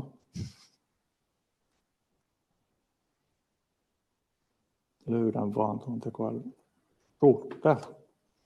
Eli chatista on tullut kysymykseksi, että voisikohan tekoälyä käyttää rajalain valmisteluun, tai onkohan jo käytetty? Jaha, tämä on ajankohtainen kysymys. Rajalain. Milloin oli valmisteluun? Joo, valmisteluun, tai onkohan mahdollisesti käytetty jo, tai onko käytetty? Joo, käytetty. No joo, tässä sitten, no, kokeillaan. No, kyllä mä yritän vielä kirjoittaa. Ei. Sitä jo käytetty. Sori, mulla sormet täällä vähän naputtaa ohi. Tämä on nyt tämmöistä liveä. Niin tässähän nyt periaatteessa mä nyt on varmaan, yritän kovasti esittää, että yritän kirjoittaa nyt tällä jollain tavalla oikein näitä, mutta siis munhan ei tarvitsisi kirjoittaa tätä ihan sanasta oikein, että tämä kyllä voisi ymmärtää sen. Tämä menee hiukan ohi ton meidän luennon sisällön, mutta itse esimerkiksi suosittelisin, että kyllä näitä keskusteluja ja kysymyksiä voisi ainakin yleisellä tasolla käydä vaikka sen chatin kanssa. Ainakin, että lähtisin kysymään siitä, että miten se tunnistaa tämmöiset niin kuin raja-asiat tai vaikka siirtolaisuudet tai turvapaikanhakijat. Ja sitten katsoisi, että millaisia aiheita se sieltä sitten tarjoaa. Mutta katsotaan, miten saatte meille vastaan. Ja tässä nyt ei pitäisi... Jaha, demo-efekti. Unusual activity. Niin, tässä on nyt viime aikoina on ollut kyllä kaikenlaisia tarkennuksia tuohon ChatGPT:n toimintaan, rajoituksia. Että vaikka oli nämä Yhdysvaltain presidentin vaalit, niin heti julistettiin, että ChatGPT:tä ei sitä ainakaan saa käyttää minkään poliittiseen viestien väärentämiseen. Ei, toivottavasti tämä rajalaki ei ole semmoinen sana, mikä nyt sitten saisi meidän kaverin täällä ihmettelemään. Mihin se muuten hukkasi sen äsken?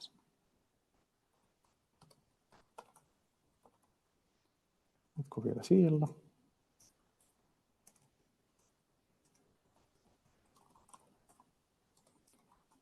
Muistatko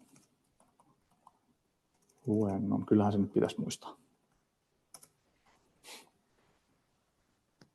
Katsotaan, jos sä sanoo, että en ole paikalla.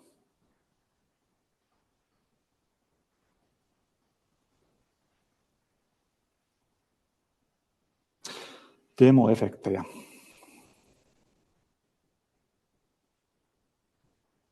Ei olisi kannattanut kysyä mistään rajalakiasiasta.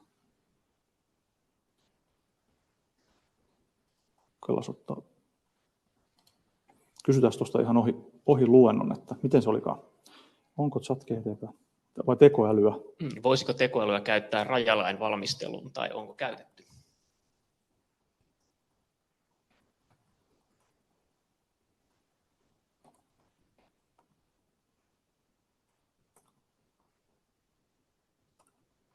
No, tämä on tietysti se ajantasaisuusasia, että tämän tekoälyn tiedossa ei välttämättä ole meidän uusimmat uutiset. Ja en tiedä, no kyllähän noita rajalakiasioita on ollut muutaman vuoden menossa. Että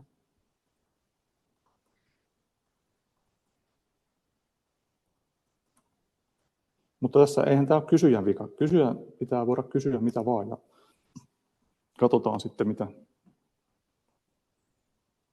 No niin. Eli kyllä hän tarjoaa itseänsä tänne alustavaan tutkimukseen ja analyyseihin ja luonnostekstien tuottamiseen.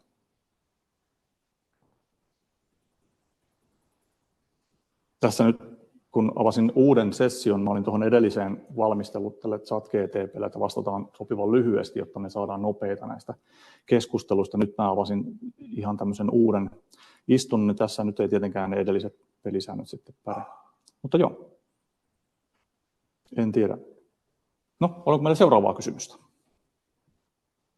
Ei ole, mutta kysy siitä perään, että missä maissa sitä on käytetty? Okei.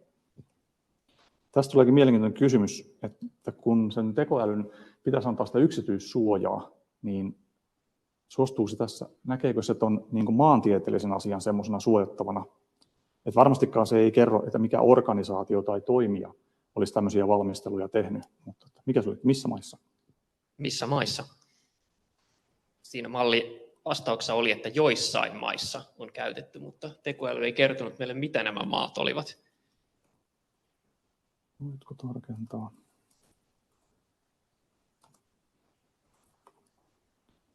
Toimia on tehty. No, eikä se arvuuttele. Sopiiko tämmöinen?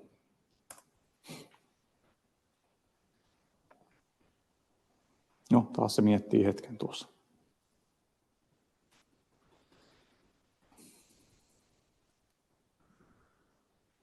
Okei. Eli maanosa ei ollut semmoinen tieto, mitä sen tarvitsisi sitten piilotella. Eli jostain taustamateriaalista voisi tunnistaa, että sieltä voisi olla Yhdysvallat. Euroopan unioni. Tämä on tosi mielenkiintoista, siis, että tämä niin kuin tilastollisesti rakentaa meille vastauksen sana sanalta. Mistä ihmeestä se keksii Yhdysvallat ja Euroopan unioni? Iso-Britannian, Singapore. Oliko muuten tässä kohtaa, kun Iso-Britannia on erikseen mainittu, että se ei enää ole sitten EUta?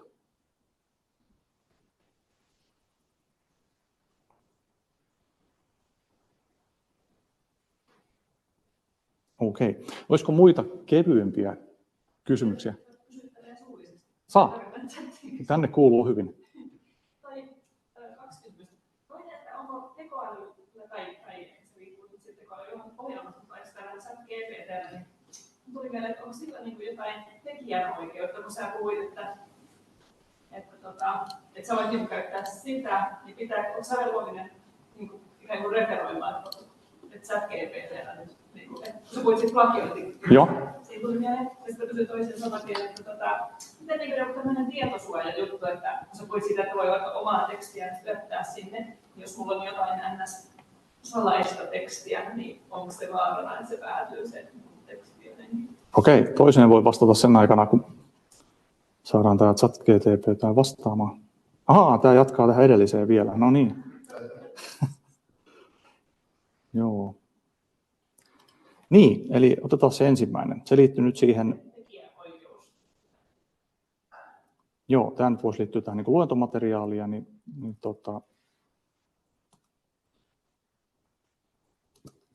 Tähän liittyen myös chatissa on kysytty, että miten tekoälyä voi käyttää väitöskirjan tekemiseen. Tekijän oikeus. Nyt alkaa kohta. Samaan asiaan. Sopiiko tämmöinen? Miten varmistetaan, että tekoäly riko tekijän oikeuksia? Niin, tai jos mä niin kysyn vaikka ChatGPT:ltä tai jotain, ja sitten voiko mä niin käyttää sitä suoraan, vai onko se plagio? Niistä aineistoa. Niin, joo, okei, anteeksi, joo, unohdin. Voinko käyttää tuottamaasi sisältöä omana? Niin, ilman pelkoa tekijän oikeuksien rikkomisesta. No niin. No niin, tässä oli pieni kirjoitusvirhe, mutta hyvin se lähtee liikkeelle.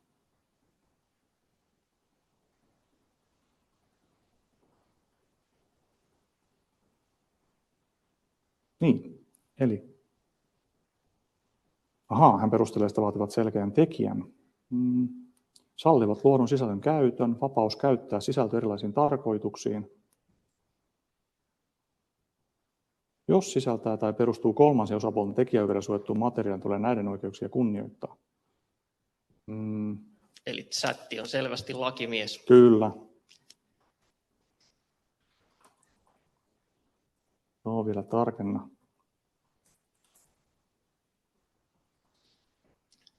Kolmas osapuoli. Eli varmaan sillä yleisesti ottaen tuohon vastaten, niin se on epätodennäköistä, että se materiaali, mitä tuolta tulee, rikkoisi tekijänoikeuksia, mutta se ei ole 100% näin.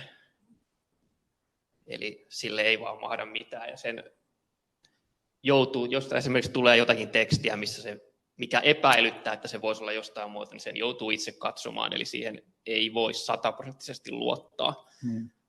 Mä toistaisin tässä kohtaa sen OpenAIn itse antaman lupauksen siitä, että he on niin varmoja siitä, että tekoäly ei riko sitä tekijänoikeutta. Että minun puolesta he ottaa sen mahdollisen syytteen vastaan ja he sitten taklaa ja selittää sen asian. Mutta sitten se toinen oli se tietosuoja, sensitiiviset tiedot.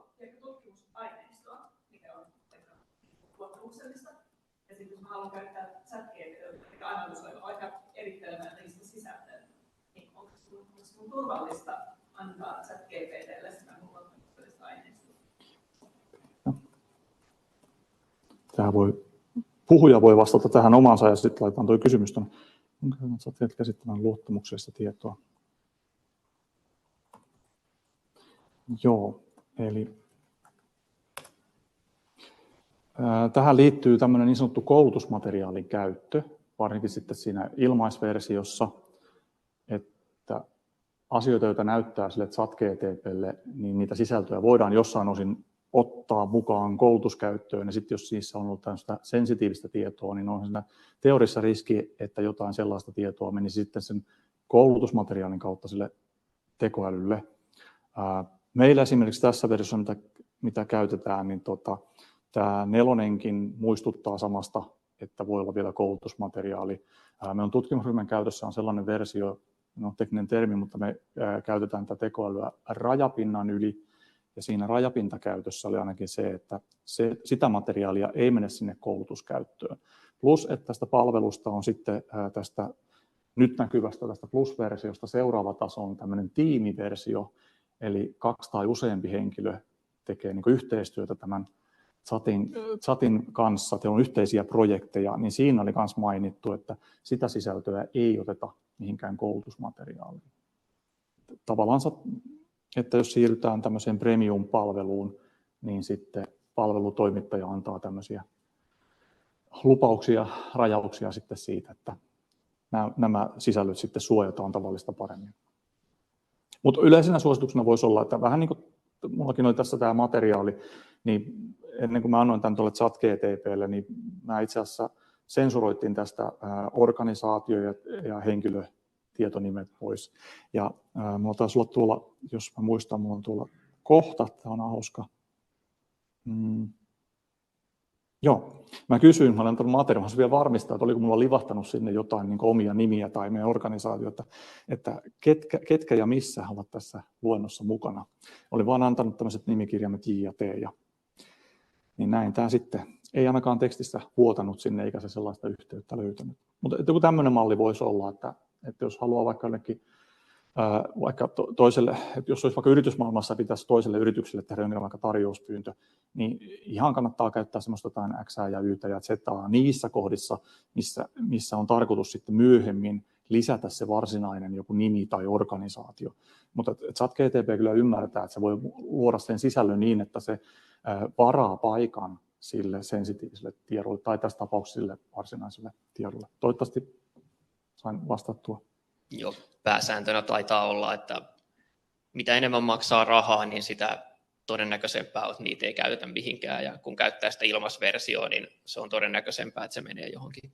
Joo. Tietenkin se, että se tieto, mitä tuonne syötetään, niin sitähän käytetään sen mallin kouluttamiseen. Eli sieltä on, teoreettisesti on aika epätodennäköistä, että sieltä koskaan tulisi mihinkään kysymykseen pihalle just sitä sun materiaalia, vaikka sitä käytetään kuinka paljon.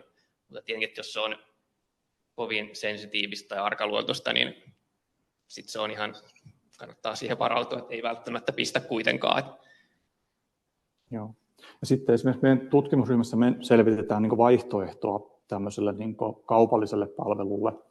Että esimerkiksi yliopisto nyt voisi olla niin luotettava toimija, että jos yliopiston tutkimusryhmä rakentaa tuonne oman palvelinkeskuksensa tämmöisen oman tekoälyn, oman kielimallin, niin kai me voidaan sitten luota sinne yhteistyöhön tuleville yrityksille tai organisaatioille, että täällä te voitte ihan rauhassa ja niin kuin luvalla käyttää myös sensitiivistä tietoa, että laitetaan siksi aikaa vaikka piuhat ulkomaailman irti, että ne ei varmasti mene sinne ulkomaailman tietoon, mutta kaikki tieto siis, kun me tiedetään, että se käsitellään fyysisesti meillä täällä meidän hallitsemassa tilassa, niin me voidaan tämmöisiä lupauksia myös antaa, että se tieto ei valu ulkopuolisille.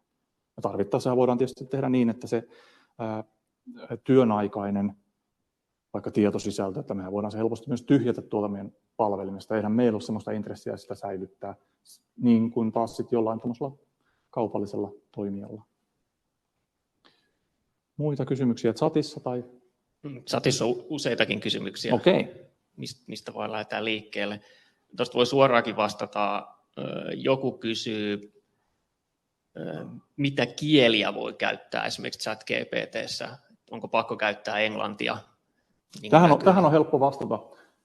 Kuten näette, puhuja on keskustellut kaikki keskustelunsa ChatGPT:n kanssa ihan suomeksi. Ja jos minulta joku kysyy, että mikä tässä tekoälyn käytössä on niin itselle hienointa, niin mä todella nautin siitä, että mä voin keskustella suomeksi. Englantiakin kyllä ymmärrän, mutta olen huomannut, että englannin kielellä mä joudun tekemään sen sisäisen käännöksen, että mun pitää muuntaa mun ajatukseni ja tarpeeni ensin englanninkieliseksi tekstiksi, ja mun pitää olla itse hyvin varma siitä, että mitä se mun kirjoittama sana tarkoittaa. Jotenkin tämä, että ainakin tähän mennessä mun kokemukseni, tämä ymmärtää todella hyvin niitä sanoja, suomenkielisiä sanoja, mitä mä käytän, ja silloin se antaa mulle vapauden ilmaista näitä mun niin tarpeita ja toiveita tälle tekoälylle paljon laajemmin kuin, että jos täytyisi tehdä sen sisäinen kielikäännös. Ja niin kuin tässä, että no okei, joskus keskusteluissa, että jos mä keskustelen tämän kanssa suomeksi ja sitten mun vaikka materiaali on englanninkielistä, niin kyllä se joskus lipsahtaa, että se vastaakin mulle englanniksi. Sitten, että joskus mä muistutan sitten sille, että pidetään keskustelu suomeksi, tai sitten mä riippuen sitä tilanteesta, että voi olla, että mä hyväksyn sen englanninkielisen vastauksen, että ei se mua haittaa. Että mä voin lukea sitä ChatGPT-tekstiä ja kuvitella ymmärtäväni, että mitä se tarkoitti, mutta ehkä enemmän on ongelmana se, että osaanko minä ilmaista omat tarpeeni sille tekoälylle, sille englanninkielelle riittävän hyvin tai oikein. Seuraava kysymys. Se on ihan mielenkiintoista, joku haluaa tietää, että kuinka pitkään Putin pysyy vielä vallassa. Okei.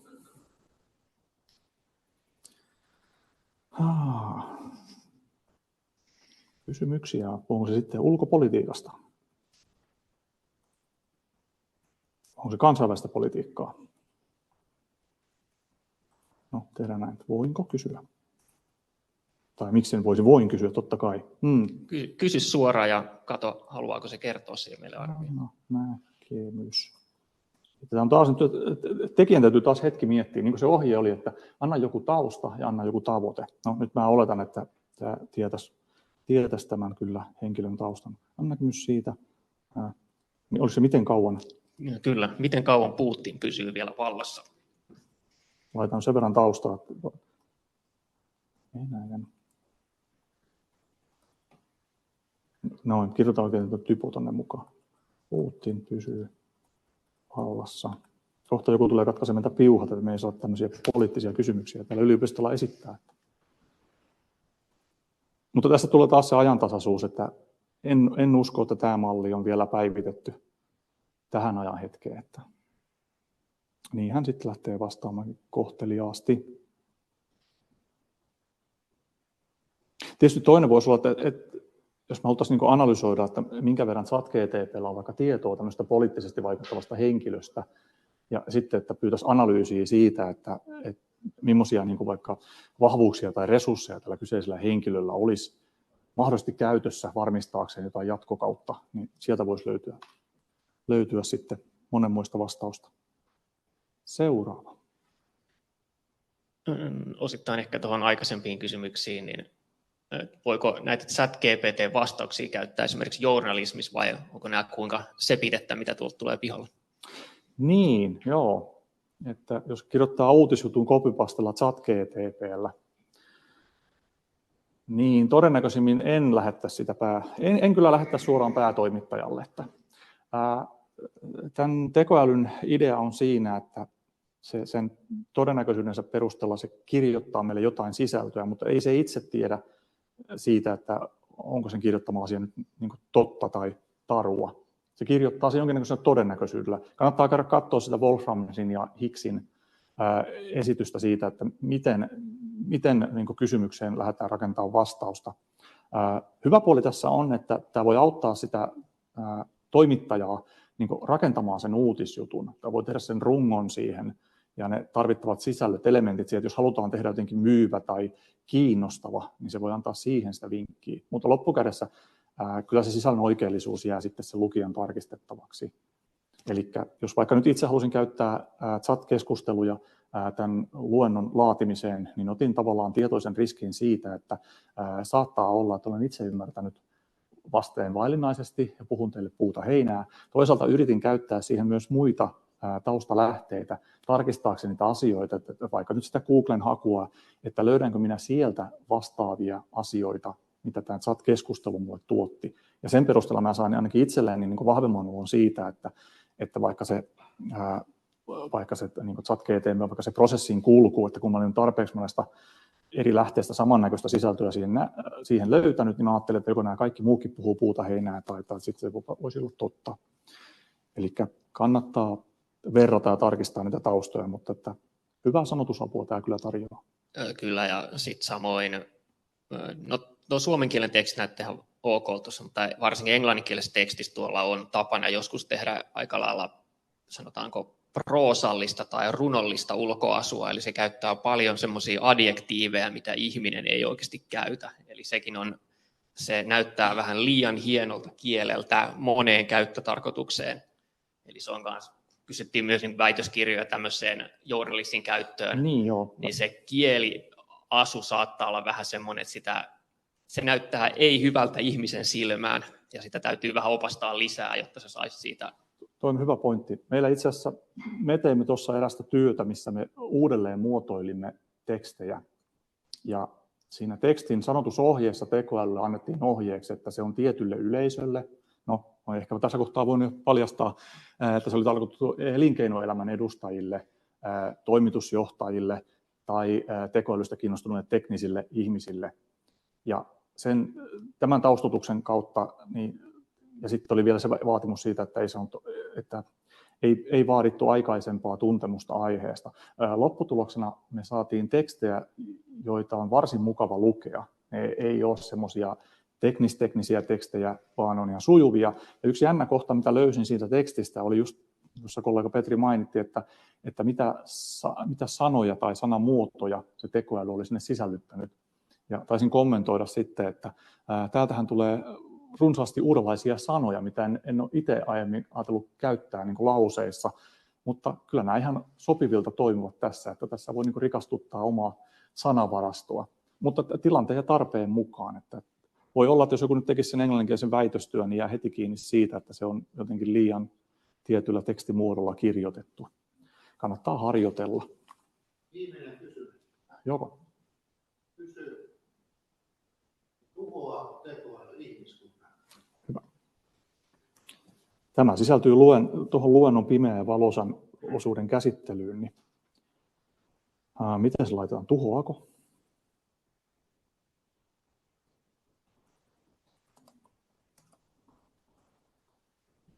Sitten meille paljastuu, että täällä on joku antanut sisäisen koodin sille, että periaatteessa tuossa edellä taisin mainita niistä tekoälyn säännöistä, että mitä sisältöä sen pitäisi niin kuin itse tuottaa. Mä en tiedä, että auttaako se sitten ohjaamaan tekoälyn siihen, että se ei ainakaan niin kuin tarkoituksella itse tuottaisi mitään semmoista, tai tässä tapauksessa ChatGPT, että se ei tuottaisi sellaista sisältöä, mikä johtaisi tekoälyn ohjaamaan ihmiskunnan tuhoon. Mutta nämä säännöthän on käytössä vain tässä ChatGPT:ssä, että jos joku on taas vastaavasti tehnyt sen oman kielimallin, niin kuin me sanottiin, että me voitaisiin yliopistolla tehdä kielimalli, niin on mekin pohdittu, että me voitaisiin tehdä paha kielimalli, joka voisi käsitellä niin kuin asioita pahalla tavalla, mutta siis kyllähän varmasti niin kuin näillä rikollisillakin on resursseja käytössään, he voivat ottaa tekoälyä yhtä lailla hyödyntää siinä, missä me yritämme käyttää sitä hyvää, niin he voi käyttää sitä vähemmän hyvää tai pahaan. Ja itse arvioisin, että siinä mielessä kyllä se tekoäly väärissä käsissä voi olla sitten myös sillä tavalla ihmiskunnan jatkollekin haitallinen. Mutta niin onko Janne käyttänyt muuten ChatGPT:n custom instructionia tämän chatin tekemiseen? Tässä en ole käyttänyt. Tässä on ainut. Täällä tuli kysymys täältä chatista, että onko vinkkiä, mitä asetuksia kannattaa kustomoida, jotta saa täsmällisempiä vastauksia?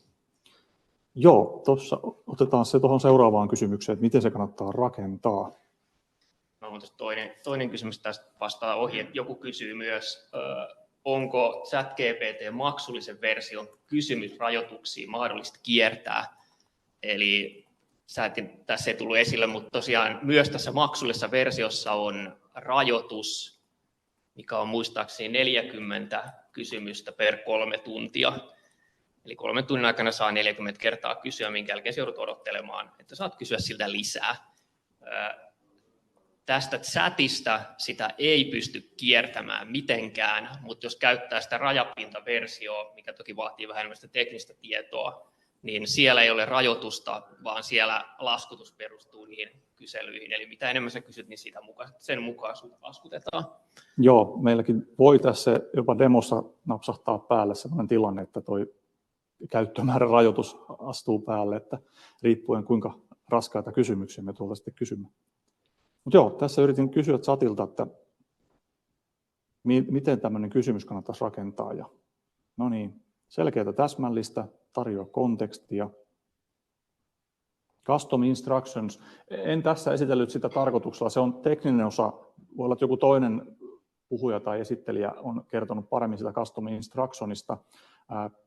Periaatteessa, ainakin mitä me on tässä nyt tutkittu, custom instruction on vähän sellainen apulappu, jolla sitten nämä, jos tässä tavallisessa sessiossa minun pitäisi ensin kertoa sen kysymyksen tausta ja rakenne ja ynnä muut ohjeet, niin se voi olla työlästä jokaiseen keskustelusessioon aina rakentaa niitä samoja asioita. Niin tämä custom instructioni, voin sen tuosta näyttää, löytyy tässä versiossa kyllä.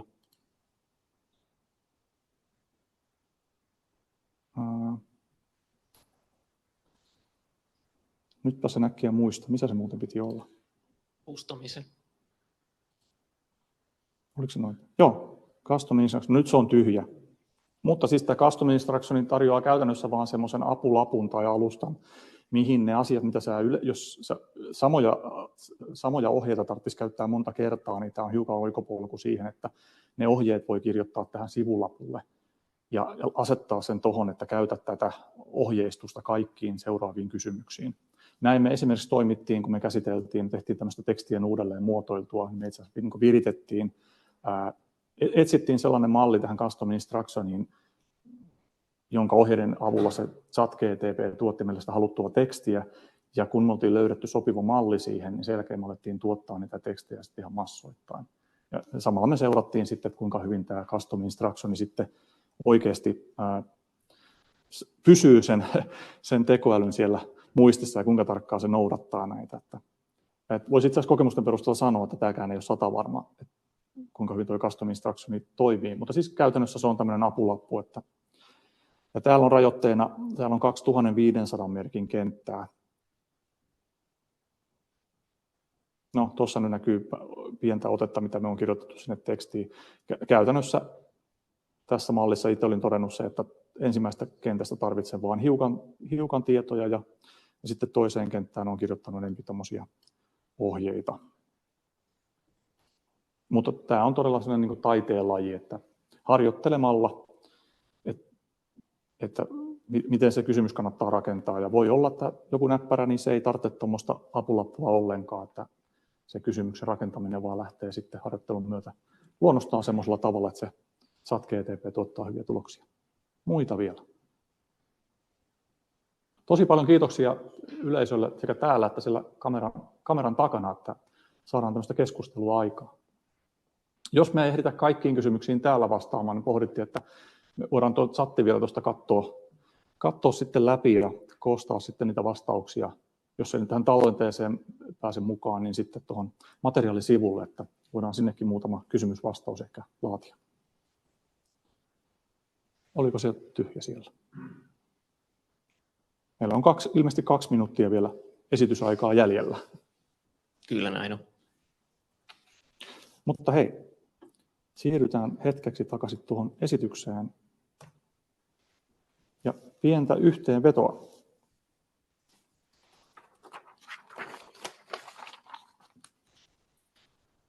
No, toivottavasti tämä esitys sitten onnistui antaa jotain vastauksia siihen, miten tuommoisiin ChatGPT ja sen tapaisiin tekoälyihin on niin edetty ja miten tämä uuden aikakauden tekoäly sitten voi olla mukana tässä meidän arjessa ja elämässä.